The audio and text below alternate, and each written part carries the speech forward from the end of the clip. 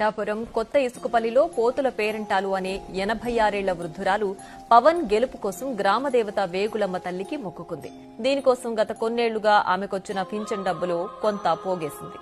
చివరికి పవన్ గెలవడంతో 27,000 రూపాయలతో గరగ చేయించి అమ్మవారికి సమర్పించింది. తాను ఇంకెన్నో రోజుల్లో బతకనని, పవన్ కళ్యాణ్ తో కలిసి భోజనం చేయాలని ఉందని తెలిపింది. 100 దేవుళ్ళే కలిసొచ్చిన అమ్మా నీలాగా చూడలేరమ్మా, కోట్ల సంపదే అందించిన నువ్విచ్చే ప్రేమే దొరకదు.